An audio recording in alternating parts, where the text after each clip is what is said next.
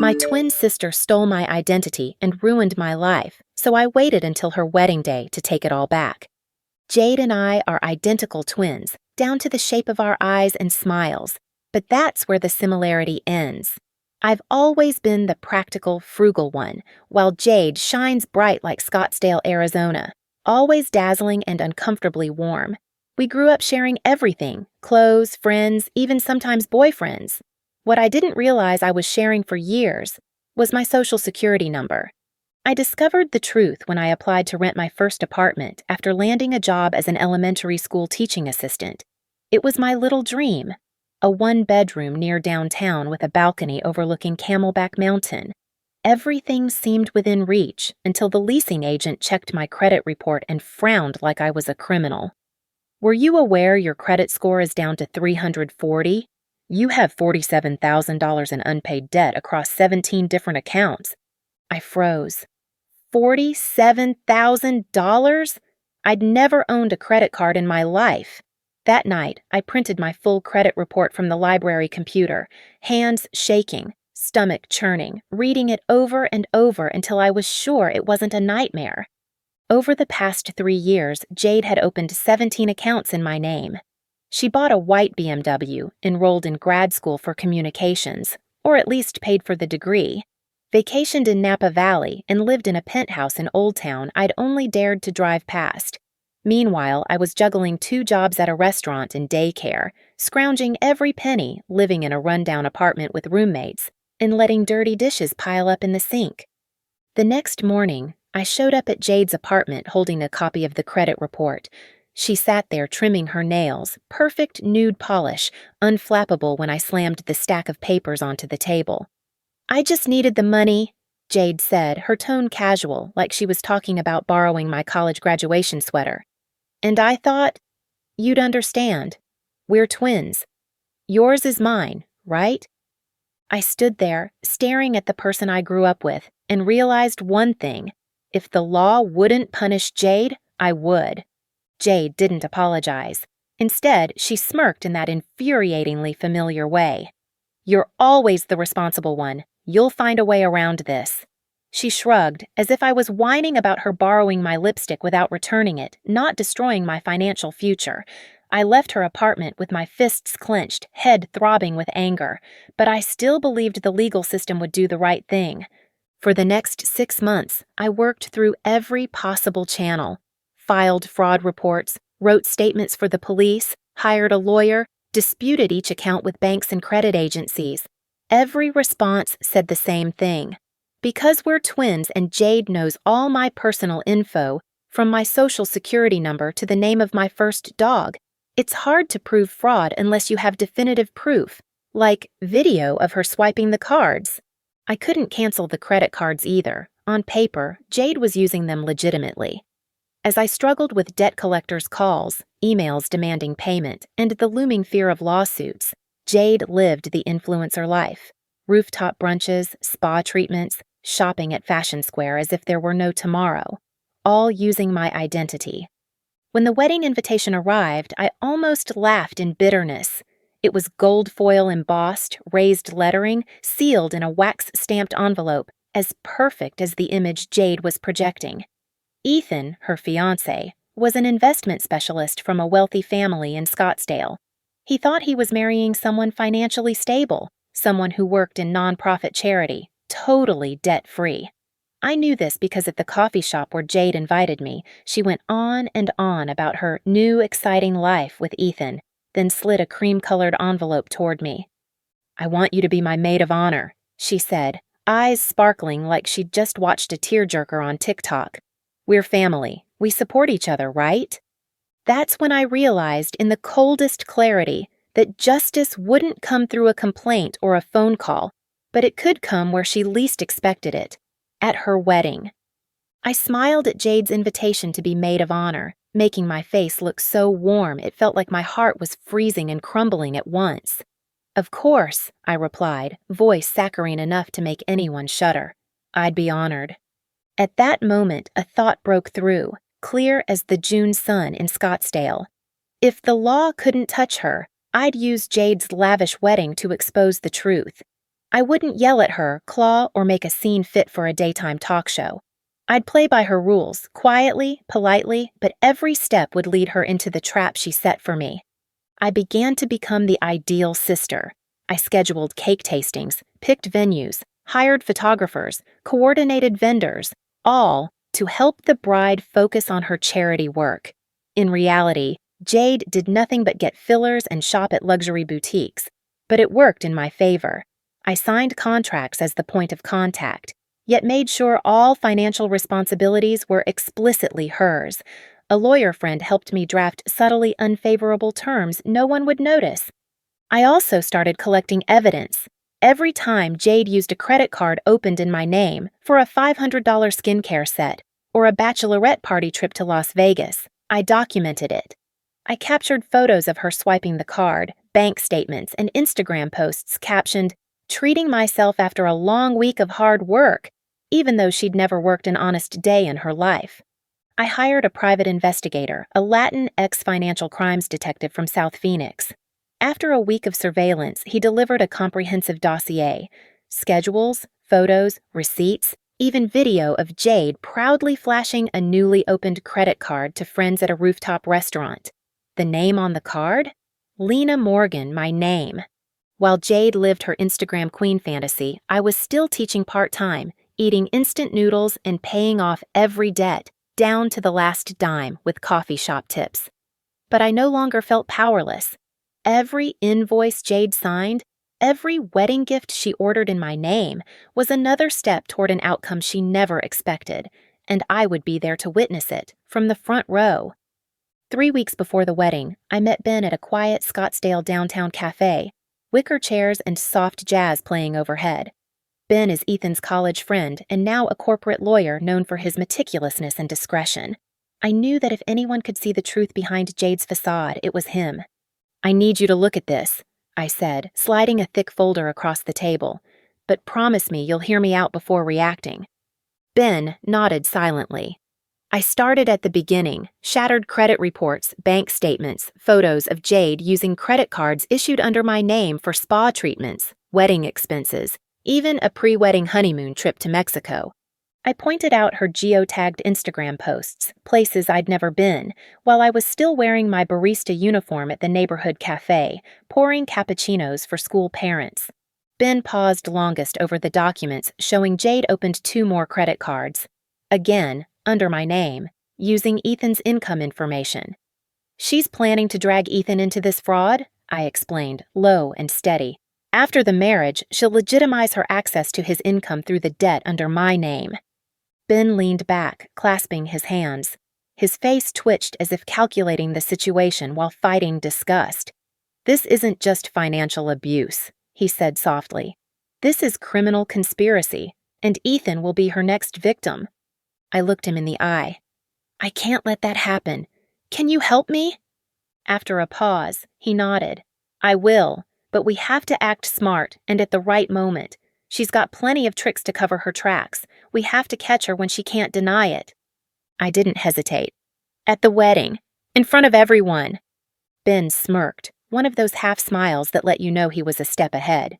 "Then we need one more person." The next day, I got a call from an unknown number. A firm, cold female voice said, "I'm Agent Vega, a federal investigator specializing in identity theft and fraud. I've reviewed your documents. If you're ready, I'll be there at the wedding." For 6 weeks, I lived a double life. By day, I was Lena, the perfect maid of honor, punctual, happy to drive 2 hours for a flower change, patient through 3 cake tastings, faking excitement when Jade showed off a wedding dress worth 3 months of my rent.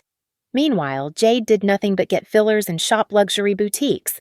But that worked to my advantage. I took contracts as the responsible contact. Yet all financial liability was clearly hers, signed with ID documents impossible to dispute. At night, I became the gatherer, logging every Jade swipe, $500 skincare kits, Vegas bachelorette parties, tracking transactions, following posts.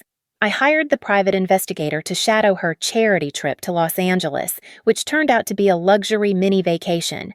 Airbnb, shopping, spa, paid with the fraudulent accounts I'd reported, but none closed yet. Ben helped me compile everything into an airtight case: photos, statements, contracts, investigation report. We sent it to Agent Vega, who confirmed the evidence was enough to open a federal investigation. "She's not just ruining your credit," Vega said in a covert call. "She's conspiring to use someone else's income for loans. Once married, Ethan could be legally tied to her fraudulent debts." As the wedding neared, Jade's spending became outrageous: nearly $3,000 in dress alterations, $2,000 just on makeup trials, and charging a spa day for 6 bridesmaids, all in my name. I sat patiently, sipping an overpriced matcha detox, counting down the days. On the wedding morning, I arrived at the rented Scottsdale villa, sun blazing, white silk-draped gardens, tables gleaming under natural light, everything Pinterest perfect. Jade, in her $12,000 Vera Wang gown, of course charged to the card under my name, stood in the bridal suite, spinning in front of the mirror like a goddess. That was the moment, the one she'd never see coming, standing tall in splendor, while the truth came crashing down around her. "What do you think?" she asked, eyes sparkling, lips curled as if we were the closest sisters on earth. "Ethan's going to faint when he sees me." I looked at her, hair in a classic updo, face sculpted like wax, eyes entirely devoid of shame, and for the first time in years I actually saw her as beautiful, cold, flawless, suffocatingly artificial. I nodded. "You look like a star. Today's definitely a day no one will forget." Minutes later, Ethan pulled me aside into the villa's library. He looked anxious. "Lena," he said, "I just wanted to thank you. Jade said you've helped so much. No one could ask for a better sister-in-law." I reached into my purse and gently placed a cream-colored envelope in his hand. On the front, "For Ethan, before it's too late." "You should read this," I whispered, "before you walk down that aisle." I left him standing in the sunlit room, light streaming through vintage glass, heart pounding. I didn't know how he'd react. Maybe he wouldn't believe me. Maybe he'd think I was jealous. But I'd done everything I could. The rest was up to him. 30 minutes later, with guests settling beneath the orange trees, Ethan's mother, Ellen, appeared beside me, face pale. "Lena," she whispered, trembling, "Ethan showed us the documents. Is it all true?" I nodded. She collapsed into a chair, eyes locked on Jade, glowing in golden sunlight, smiling for photos with her bridesmaids. I caught Ben's eye from across the guest rows. He gave a slight nod. Everything was falling into place. The ceremony was meant to start in 15 minutes, but truth never waits for the right moment. It barges in, shattering the most carefully curated illusions. And this time, it was going to arrive, in front of all Scottsdale and eventually the internet. At 2:35 p.m., Jade should have been walking down the aisle, but Ethan was nowhere in sight. Ben and I held position at the back, with Agent Vega seated quietly in a wide-brimmed hat and dark sunglasses. No guest knew the FBI was here, just me, waiting for the explosion. Inside the bridal suite, tension started to rise. A bridesmaid whispered something to Jade, darkening her expression. "Where is he?" she snapped, turning to me, eyes blazing. "Lena, do you know anything?" I shrugged. "I thought he was taking photos with the family. Or maybe going over his vows." Jade stood abruptly, wedding dress sweeping across the wooden floor. "Don't pretend. You're the only one who went missing this morning. What did you tell him?" "Me?" I tilted my head. "Jade, if Ethan vanished after just one talk with me, maybe there's something wrong with the marriage." Jade stormed forward, face flushed. "You're jealous. You've always been jealous. Ever since we were kids, you couldn't stand that I had what you didn't, and now you're ruining the most important day of my life because you can't bear to see me happy." The room froze. One of the bridesmaids' phones lit up, recording. "Jealous?" I laughed. "Jade, you've lived under my name for 3 years. Dined in luxury, got spa treatments, earned a master's, through this entire wedding, using my identity. If anyone's jealous, it's you. Jealous I still had enough reputation and credit left for you to steal." The door swung open. Ethan entered, holding the folder I'd handed him that morning. His face was ice, No trace of love, no faith left.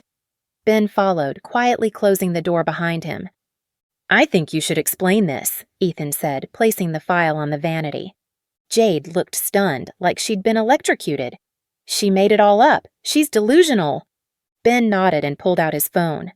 "Luckily, everything can be verified. And if Jade continues to deny it, Agent Vega can help clarify things." Jade blinked.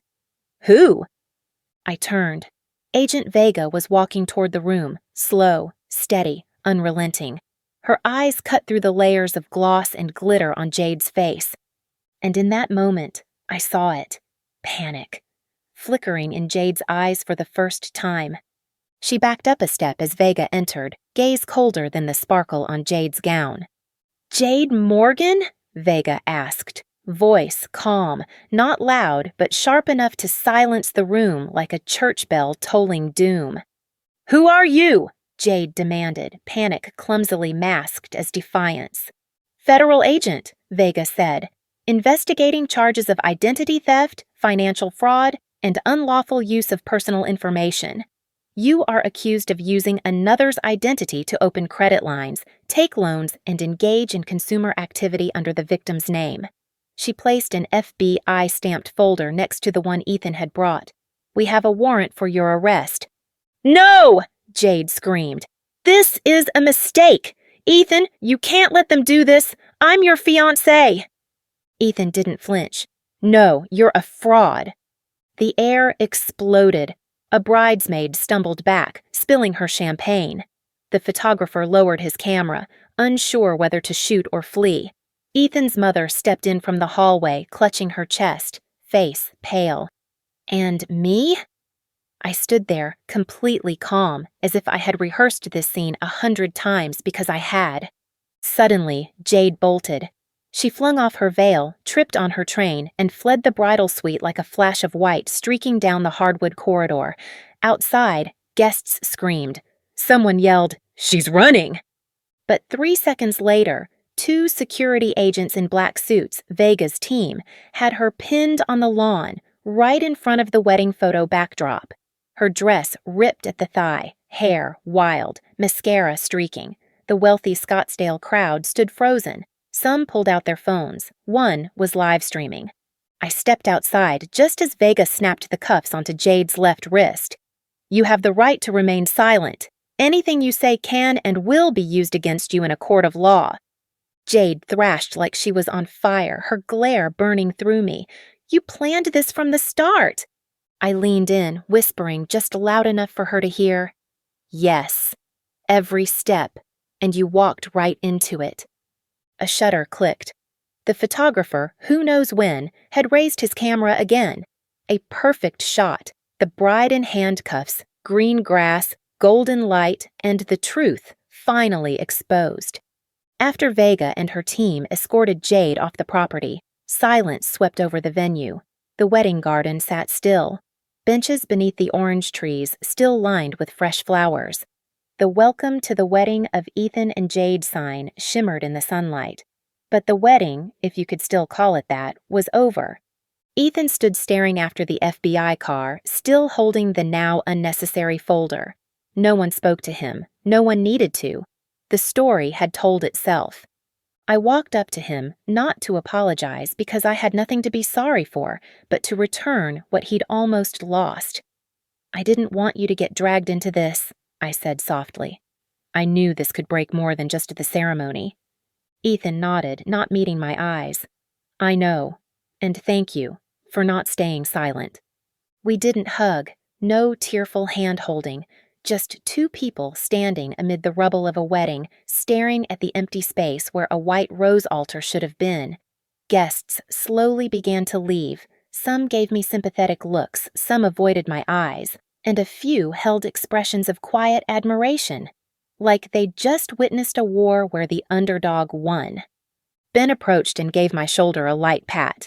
"Not everyone has the guts to do what you did, Lena." I laughed, exhausted. I had nothing left to lose. He was quiet for a moment, then handed me a still-chilled glass of champagne. "No one deserves to have their life destroyed by someone else's cold heart. You took back your name, your dignity, and maybe even more than that. I took a sip, bitter, cold, and rich with freedom. Minutes later, I left the villa. No one stopped me. No one called after me. I walked past rows of now empty banquet tables, white ribbon-wrapped chairs, and out to the lot where my old car waited. No music, no performance. Just me, not Jade's twin, not identity theft victim, just Lena, the woman who stood up and took her life back. And while I didn't know what would happen to Jade, courts, media, or prison bars, I knew one thing for sure. From now on, everything I build, everything I earn, will carry the right name. Mine. And no one can ever steal that again. 2 weeks after the wrecked wedding, a letter with no return address arrived. Inside was a copy of my credit report. My name, clean and bright for the first time in 3 years. Debts cleared, fraudulent accounts closed permanently. Below it, a firm note in Agent Vega's handwriting. Now you have what's yours again. Don't let anyone take it. I didn't cry. I didn't smile. I just sat in my small apartment, rented under my own name, sipping coffee from an old machine, listening to the wind drift through a window facing Camelback Mountain. As for Jade, I heard she was released on bail. Her family had to sell a property in Chandler to cover legal fees. Her lawyers were trying to negotiate a plea to avoid jail, but with the amount stolen, it was a long shot. The media hadn't picked it up yet, probably waiting for a verdict. But Scottsdale is a small town, and rumors need no press to spread. A part of me still doesn't believe it's over. I lived in Jade's shadow so long, I got used to not being believed, not being protected. Even now, with the truth out, I still flinch when someone calls my name, afraid they mean someone else. But then, there are moments that remind me I've stepped into a new life. Like the first time I used a brand new credit card under the name Lena Morgan to book a ticket home to visit my mom in Minnesota. The cashier smiled, called me by name, and wished me a pleasant trip. I froze for a second, heart tight, just because I heard my name used as mine. Something so simple. Something once stolen. I don't plan to get revenge. I'm not out to destroy Jade, though she had no problem trying to destroy me. Because revenge is only the first step. What matters more is reclaiming your right to be yourself and refusing to let anyone erase that again. I don't know what I'll do next. Maybe go back to school, move somewhere new. Maybe I'll tell this story to someone. Or maybe I'll keep it just for me. But I know one thing for sure. From that day on, I'm no longer a shadow. I am myself. Full name, credit score, and dignity intact. And that's something no one can fake again.